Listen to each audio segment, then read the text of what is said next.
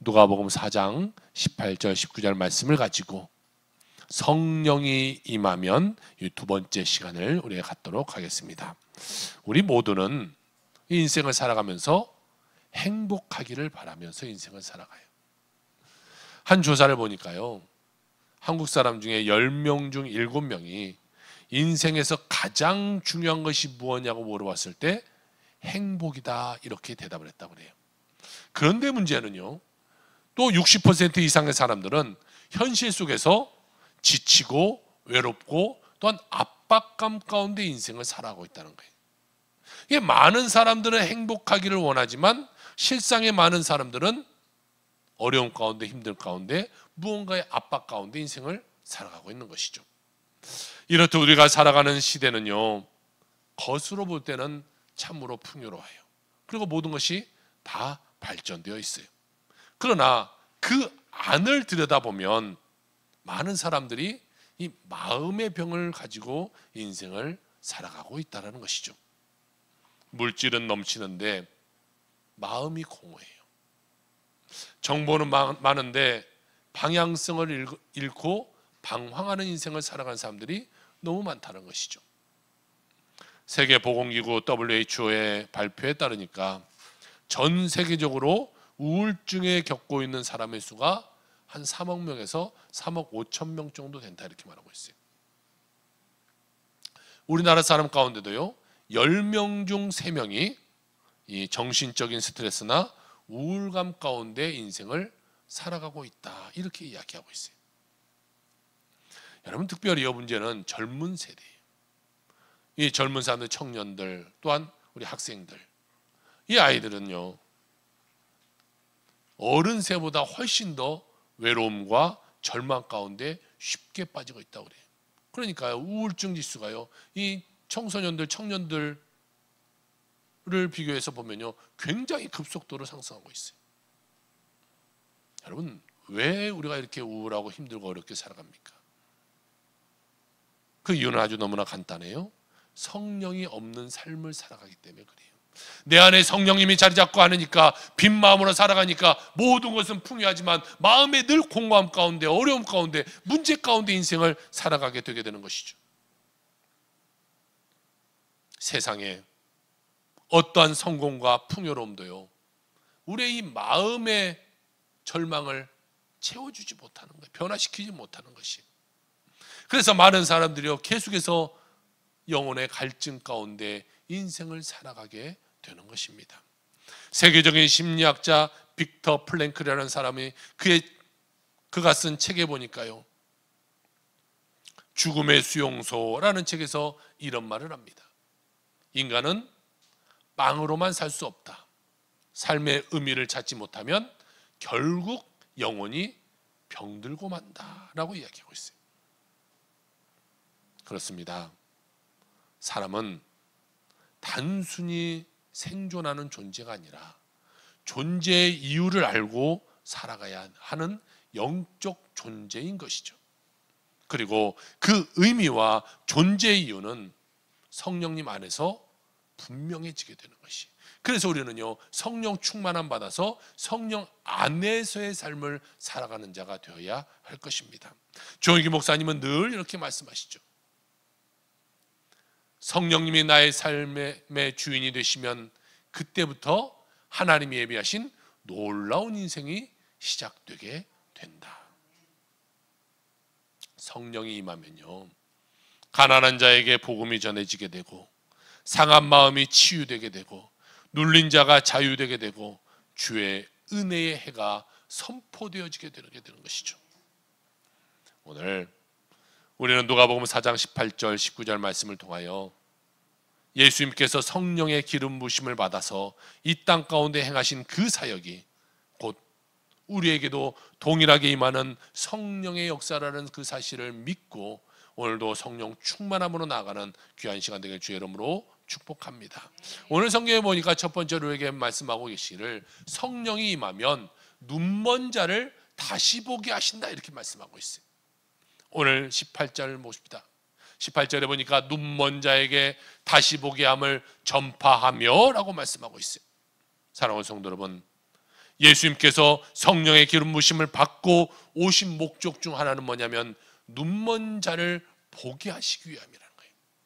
여기 성경에서 말하는 눈먼 자는요, 크게 두 가지를 이야기할 수 있어요. 첫 번째는 우리의 육체적인 눈이 보이지 않는 사람일 수 있죠. 이 병이 들거나 태어날 때부터 앞이 보이지 않는 사람이에요. 그러나 두 번째가 말하고 있는 영적인 눈이 보이지 않는 것이, 인생의 목적이 보이지 않는 사람들이에요. 그냥 인생의 소망을 잃고 어디로 가는지 알지 못하며 그냥 방황하며 살아가는 그런 인생 가운데 영혼의 눈을 뜨시게 하기 위해서 주님이 땅 가운데 오셨다라고 말씀하고 있는 것이, 오늘날 수많은 사람들이요, 두 눈 멀쩡히 뜨고 인생을 살아가지만 무엇을 위해 사는지, 무엇을 위해 살아가고 있는지를 알지 못하는 채 그저 방황하며 살아가는 사람들이 너무 많다는 것이죠. 또한 조영규 목사님은 또한 이런 말을 또 자주 하셨어요. 성령께서 임하시면 우리의 영적인 눈이 열려서 이전에는 보이지 않던 하나님의 세계가 보이고 하나님의 뜻이 보이고 사명의 길이 보인다라고 말씀하세요. 성령이 임하면 죄에 가렸던 눈이 띄어지고 그때부터 우리가 회개의 눈물이 흘러내리기 시작하는 것이죠. 또한 절망에 어두웠던 눈이 소망의 빛을 보기 시작하게 되는 것입니다. 그리고 인생을 자기 뜻대로만 살아갔던 사람이 이제는 내 뜻, 내 마음이 아니라 하나님의 뜻을 쫓아 살아가는 인생으로 변화받게 되는 것입니다. 그런데 우리는요, 예수를 믿는다고 하면서도 앞을 보지 못하는 맹인의 삶을 살아가는 사람들이 너무 많다는 거예요. 무엇을 위해 살며 어디로 가는지 알지 못하면서 그저 살아가는 거예요. 그저 바쁘게만 살아가는 거예요. 예수님 당시에도 성경을 잘 아는 사람들이 있었어요. 바리새인들, 성경학자들, 랍비들. 이런 사람들은요, 인간적인 눈을 떴고 하나님 말씀 가운데 누구보다도 잘한다고 자부심을 가졌던 사람들이, 그들은 지식적으로 충만했습니다. 그런데요, 문제는 영적인 맹인이었다는 것이, 그들은요, 하나님의 아들 예수 그리스도께서 이 땅 가운데 오셨는데도 예수님을 알아보지 못하고 예수님을 십자가에 못 박혀 죽인 장본인이 되게 되는 것이, 다시 말해 그들은요, 눈이 있으나 앞을 보지 못하는 맹인이었던 것이, 그들은 성경을 너무나 잘 알고 있었어요. 메시아가 어디서 태어나는지도 알고 있었어요. 메시아가 와서 어떤 일을 하는지도 알고 있었어요. 그런데요, 영적 맹인이기 때문에 예수님이 오셨는데도 예수님을 알아보지 못하는 거예요. 그리고 십자가에 달려 죽게 만들었던 것이, 요한복음 9장에서 예수님께서 말씀하신 때에 그 중에 가슴 찔린 사람들이 이런 말을 합니다. 요한복음 9장 40절에 보니까 바리새인 중에 예수와 함께 있던 자들이 이 말씀을 듣고 이르되 우리도 맹인인가? 예수님 말씀을 한참 듣다가 그들이 생각하는 거예요. 야, 예수님이 말하는 그 맹인이 혹시 우리가 아닌가? 우리가 지금 영적인 눈이 가려져서 우리가 앞을 보지 못하고 살아가는 그런 존재가 아닌가? 여러분, 우리에게 필요한 것은 다시 보게 되는 은혜가 필요한 거예요. 은혜가. 문제만 보던 눈이 이제는 하나님의 계획하심을 바라보는 눈으로 변하고, 한계를 바라보는 눈이 약속의 성취를 바라보는 눈으로 변하고, 나만 보던 눈이 이제는 예수 그리스도를 바라보는 그런 눈으로 바뀌어 나가야 되는 것이요. 여러분, 우리는 이 시간 성령님께 기도해야 될 것입니다. 성령님, 이 시간 내 눈을 열어주옵소서. 그리고 영적인 눈을 열어서 다시 보게 하여 주옵소서. 그럴 때 주님은 우리에게 이렇게 말씀하실 것입니다. 이사야 43장 19절에 볼지어다 내가 새 일을 행하리니 이제 나타낼 것이라. 아직 우리가 교회 다니면서도 예수님을 바라보지 못한 사람들이 있습니까? 예수님을 믿는다고 교회 다니는데 영적인 눈이 가려져서 인생을 바라보지 못하고 그저 허덕거리는 인생이 있습니까? 이 시간 영의 눈을 떠서 우리 주 예수 그리스도를 바라볼 수 있게 되길 주의 이름으로 축복합니다. 영적인 맹인이었던 우리를 부르셔서 예수님 믿게 하시고 영적인 눈을 뜨게 하신 주님의 은혜에 우리는 감사하면서 한평생 살아가는 믿음의 사람이 다 되어야 될 줄로 믿습니다. 오늘 성경에 보니까 두 번째로 우리에게 말씀하고 있기를 성령이 임하면 눌린 자를 자유롭게 하신다 이렇게 말씀하고 있어요. 예수 믿게 되면 우리는요 모든 이 눌린 것에서 자유함을 받게 돼요. 영의 눈이 떠지면 우리의 눌린 부분이 주님께서 자유롭게 만들어 주시게 되는 것이죠. 오늘 18절 한번 볼까요? 눌린 자를 자유롭게 하고 성령이 우리에게 오셔서 눌려있는 모든 것에서 자유롭게 해방되게 만드신다는 것이죠. 이 세상에는 아주 다양한 억압과 눌림이 존재해요. 죄 가운데 눌려 살아가는 사람이 있어요. 죄 가운데 늘 허덕이며 살아가는 사람들, 두려움에 눌려있는 사람들이 있어요. 늘 무서워서 그냥 꽁꽁 숨어 살아가는 사람들이 있어요. 또한 질병에 눌린 사람이 있어요. 아픔 가운데 늘 무서워서 돌돌돌 떨며 살아가는 사람들이 있어요. 관계 가운데 누구를 만나기가 두려운 사람들, 경제적으로 눌린 사람들, 누군가의 비교의식 가운데 눌려있는 사람들, 열등감에 눌려있는 사람들, 또한 중독에 눌려 살아가는 사람들이 많이 있어요. 그런 삶의 무게가 우리를 꽉 눌리고 아무것도 하지 못하게 우리 인생을 망가뜨려 버리고 마는 것이죠. 그런데 그 눌림은요 우리 스스로의 힘으로 그 눌림을 뚫고 나올 수 없다라는 것이 문제. 그 눌림에서 벗어날 수 있는 유일한 길이 있는데 그것은 성령의 충만함을 받는 것이. 주님은 마태복음 11장 28절에 말씀하고 계십니다. 수고하고 무거운 짐진 자들아 다 내게로 오라 내가 너희를 쉬게 하리라. 우리가요 주님께 나아가 성령 충만함 받으면 과거에 실패했던 것들에서 또 내 과거의 어려운 환경에서 자라왔던 것에서 또 과거에 부모에게 버림받고 부모에게 내가 상처받았던 그 과거에서 또한 가정이 깨어지며 상처받았던 그 과거에서 나의 문제에서 묶인 것들은 풀어지고 눌린 영혼은 자유하게 되게 되는 것입니다. 사도 바울은 로마서 8장 2절에 이렇게 말합니다. 그리스도 예수 안에 있는 생명의 성령의 법이 죄와 사망의 법에서 너를 해방하였음이니라. 할렐루야. 우리를 해방시키려 와서 주님이 땅 가운데 오셨고 우리에게 성령을 더하여 주시게 되게 되는 것입니다. 그럼 우리는요 어떠한 눌림 가운데 어떠한 문제 가운데 주 예수 그리스도의 능력을 받아 해방되는 삶이 되기를 주의 이름으로 축복합니다. 예수님이 우리의 구주가 되시기 때문에 여러분 우리는요 새 사람으로 거듭나게 되는 것이. 그러므로 이제 모든 무거운 짐을 다 주님의 밑에 그 십자가 밑에 내려놓고 해방되어 자유한 마음으로 살아가는 여러분의 삶이 되시길 주의 이름으로 축복합니다. 더 이상 우리는요 불안, 염려, 걱정, 초조 이런 것 가운데 살아가는 자가 되어서는 안 돼요. 이제는 우리가 지고 왔던 무거운 짐을 이 시간 다 주님 앞에 내려놓으세요. 하나님 내가 이런 어려움이 있어요. 나 이런 힘듦이 있어요. 나 이런 괴로움이 있어요. 내 마음에 고통이 있어요. 하나님 주님 맡아주세요. 주님께 내려놓고 여러분 전문 열고 나아가 평안한 삶을 살아가는 여러분의 삶이 되길 주의 이름으로 축복합니다. 그리고 세 번째 오늘 성경 우리에게 말씀하고 있기를 성령이 임하면 주의 은혜의 해를 전파하게 하신다 이렇게 말씀하고 있어요. 마음에 눌린 것을 내려놓게 될 때에 우리에게 하나님이 주신 그 은혜가 여러분 그때 임하게 되는 거예요. 여러분의 삶 가운데 마음에 무거운 거 어려운 거 이거 갖고 있는데 우리가 어떻게 하나님의 은혜를 받으면 인생을 살아갈 수 있겠어요? 주님 말씀하시잖아요. 형제와 싸운 자는 가서 먼저 회개하고 와라. 회개하고. 그리고 와서 예배하고 제사해라. 우리 마음 가운데 어려움 가운데 힘든 가운데 이런 눌림 가운데 우리가 나오면요 아무리 하나님의 말씀을 들어도 하나님의 기적을 바라봐도 우리 삶 가운데 은혜가 다가오지 못하는 거예요. 마음이 평안해야 하나님의 은혜가 다가오게 되는 것이.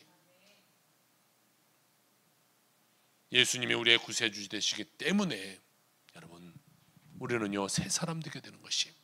그러므로 이제는 모든 무거운 짐을 다 주님께 맡기고 믿음으로 나아가 하나님 앞에서 해방되며 살아가는 여러분의 삶이 되길 주님으로 축복합니다. 오늘 성경에 보니까요, 은혜의 해라는 것은요, 구약 성경에 나오는 희년을 의미합니다. 희년에는요, 모든 빛이 다 탕감되는 그런 해예요. 종은 해방되게 되고요, 잃었던 땅, 잃었던 물질, 이런 것이 다 돌아오게 되는 그런 해입니다. 그러니까 희년은요, 50년마다 한 번씩 돌아오는데요, 희년의 때가 되면 7월 10일 날 아주 긴 양강나팔을 팍 풉니다. 뿌 하고 소리가 나면 그 즉시 내가 지금까지 졌던 모든 빛이 싹 탕감되게 되는 것이, 그러니까 그의 시작이 BC 1406년을 제1희년으로 봅니다. 그 기준으로 삼고 50년마다 희년이 반복되니까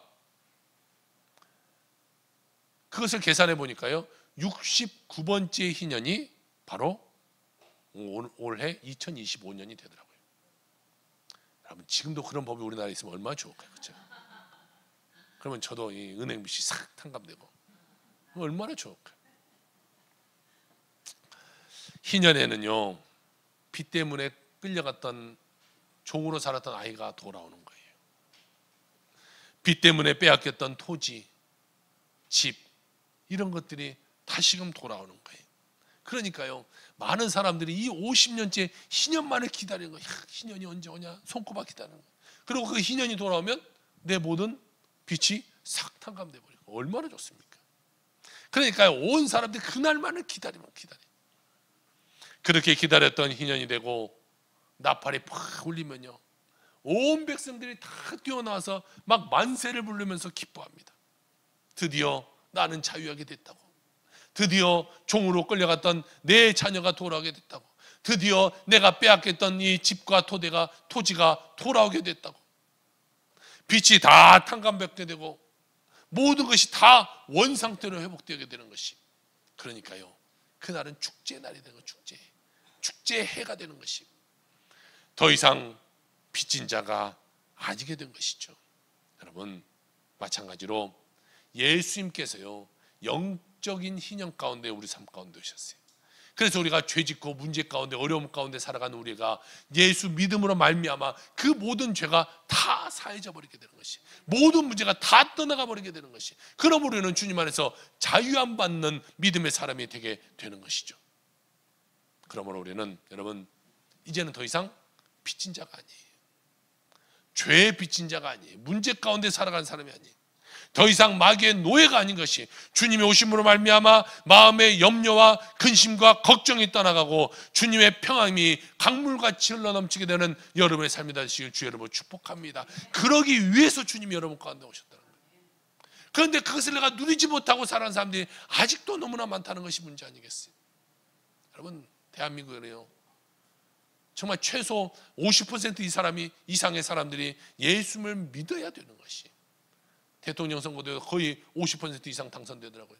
그러면요, 우리 예수 믿는 사람도 한 50% 되면요, 다른 데서 못 건들 거 아니겠어요? 우리가 다 믿음으로 다 모든 것을 행할 수 있지 않겠어요? 그런데요, 현재 우리나라 기독교인이 얼마나 되신지 아세요? 통계를 보니까 16.2%예요. 얼마 전까지만 해도 4명 중 1명은 예수 믿었다고 25% 이렇게 말했어요. 그런데요, 16.2%로 떨어졌어요. 특히 우리가 살아가고 있는 이 신도시 동탄은 훨씬 더 복음화율이 낮아요. 신도시일수록 복음화율이 훨씬 낮은 것 같아요. 젊은 사람들이 살아가다 보니까요, 훨씬 복음화율이 더 떨어지는 것 같아요. 정말 문제는 뭐냐면요, 청소년 복음화율이에요. 요즘 학생들만을 놓고 통계를 따져보니까요, 기독교인이 3%밖에 안 돼요. 100명 중 3명만 교회 다녀요. 100명 중 3명도 교회 다니지 않는지 잘 모르겠어요. 그러니까 여러분, 이대로 가보겠습니다. 한 30년 뒤에, 한 50년 뒤에 우리나라 예수 믿는 사람은 몇 명이나 될까요? 이 아이들이 그대로 자라면요, 그 수치밖에 더 되겠어요. 한 3%밖에 안 돼요. 그러면 적어도 지금 있는 교회들의 한 8분의 1, 7분의 1은 다 문 닫아야 되는 것이. 그럼 이 나라가 어떻게 되겠어요? 3% 갖고 이 나라가 변화가 있겠습니까? 이제 먼저 주님의 은혜 입은 우리가 사명 가지고 주님을 전하는 삶을 살아가야 돼요. 이대로 안일하게 살아가서는 안 되는 거예요. 이 땅에, 이 동탄에 붕이 일어나 붕의 파도가 넘쳐 많은 사람들에게 흘러갈 수 있도록 우리가 만들어야 되는 것이, 우리 주의 사람들이, 먼저 우리 가정이, 내 이웃이 성령 충만함 받고 죄악에서 벗어나 억압에서 풀려나 자유함 받게 되는 우리의 모든 삶이 다 되시기를 주의 이름으로 축복합니다. 이 김혜자 배우 권사님이 쓴 책이 하나가 있는데요, 꽃으로도 때리지 말라는 책이에요. 이 책에 보니까 이 소말리아에서 겪은 이 체험담이 나오는데, 이 김혜자 권사님과 일행이 아주 기근이 심한 이 수도 모가디슈에 방문했을 때입니다. 한 마을에 갔는데요, 한 아이가, 소년이 누워 있어요. 그런데 보니까 벌레에 엄청나게 온몸이 다 뜯겨 있고, 또 못 먹어서 영양실조가 걸려가지고 이 배가 이렇게 불룩, TV에서 그런 아이들 봤죠. 배 불룩 나온 아이다. 잘 먹어서 나온 것이 아니라 못 먹어서 배가 복수가 차서 이렇게 나오는 거예요. 일행 중 한 사람이요, 사과가 하나가 있었어요. 사과 하나를 반으로 쪼개서, 아이야, 너 이 사과를 먹으라고 아이에게 줬어요. 그 반쪽 사과를 든 아이가요, 그것을 먹지 않고 어디론가 가는 거예요. 그래서 일행들이 그걸 쫓아갔어요. 아이가 어디로 가는가. 그래서 가서 보니까요, 그 아이보다 더 어린 소년 하나가 거기에 누워 있는 거예요. 가봤더니 자기 동생이에요. 받은 사람은 형이고 누워 있는 아이가 동생이에요. 그래서 이 사과 반쪽을 이 형이 입에서 물어서 깡깡깡 씹어서 그 아이 입에다 넣어주고 턱을 붙잡고 이 씹도록 도와줘서 삼키게 만드는 거예요. 이게 훨씬 더 상태가 안 좋았던 그 아이예요. 나중에 알고 보니까요, 이 형이 이렇게 한 지가 보름이 넘은 거예요. 보름이. 며칠 뒤에 결국에 형은요, 영양실조로 죽어요. 그리고 이 동생만 살아남게 되었다라는 이야기가 많은 사람들에게 감동을 주게 되죠. 예수님은 우리를 살리기 위해서 자신을 희생하신 분이에요. 예수님은 하나님을 배반하고 죄짓고 불의하고 방탕한 삶을 살아온 우리를 구원하고 해방시켜 주시기 위해서 이 땅 가운데 오셨다라는 것이, 그리고 주님이 이 땅 가운데 오셔서 우리를 대신하여 십자가에 못 박혀 돌아가시게 되신 것이죠. 예수님의 십자가의 고난의 공로로 여러분, 우리는요, 영혼의 구원을 받게 된 것이, 이 시간 우리는 주님께 받은 이 엄청난 은혜를 잊지 말고 주님께 감사하며 살아가는 우리가 되어야 될 줄로 믿습니다. 그리고 주님의 그 피 묻은 복음을 전하기 위해서 우리는 순교자의 영성을 갖고 이 땅을 살아가는 자가 되어야 될 줄로 믿습니다. 우리는요, 정말 이 아이가 동생에게 사과 반쪽을 먹여서 자기가 희생하듯이, 우리 먼저 된 믿음의 사람들은요, 내가 희생해서 남을 살릴 줄 아는 그런 사람이 되어야 되는 것이, 나만을 위해서 살아가는 그런 사람이 되어서는 안 돼요. 내 주위에 힘들고 어렵고 고통당하는 사람들을 찾아가는 자가 되어야 될 것입니다. 우리는 인생 한 번뿐인 인생 살아가요. 이 인생, 나그네 길 인생 가운데 이제 영의 눈을 떠서 우리가 만난 예수님을 만방에 증거하며 살아가는 여러분의 모든 삶이 다 되시길 주의 이름으로 축원합니다. 아멘. 기도합시다.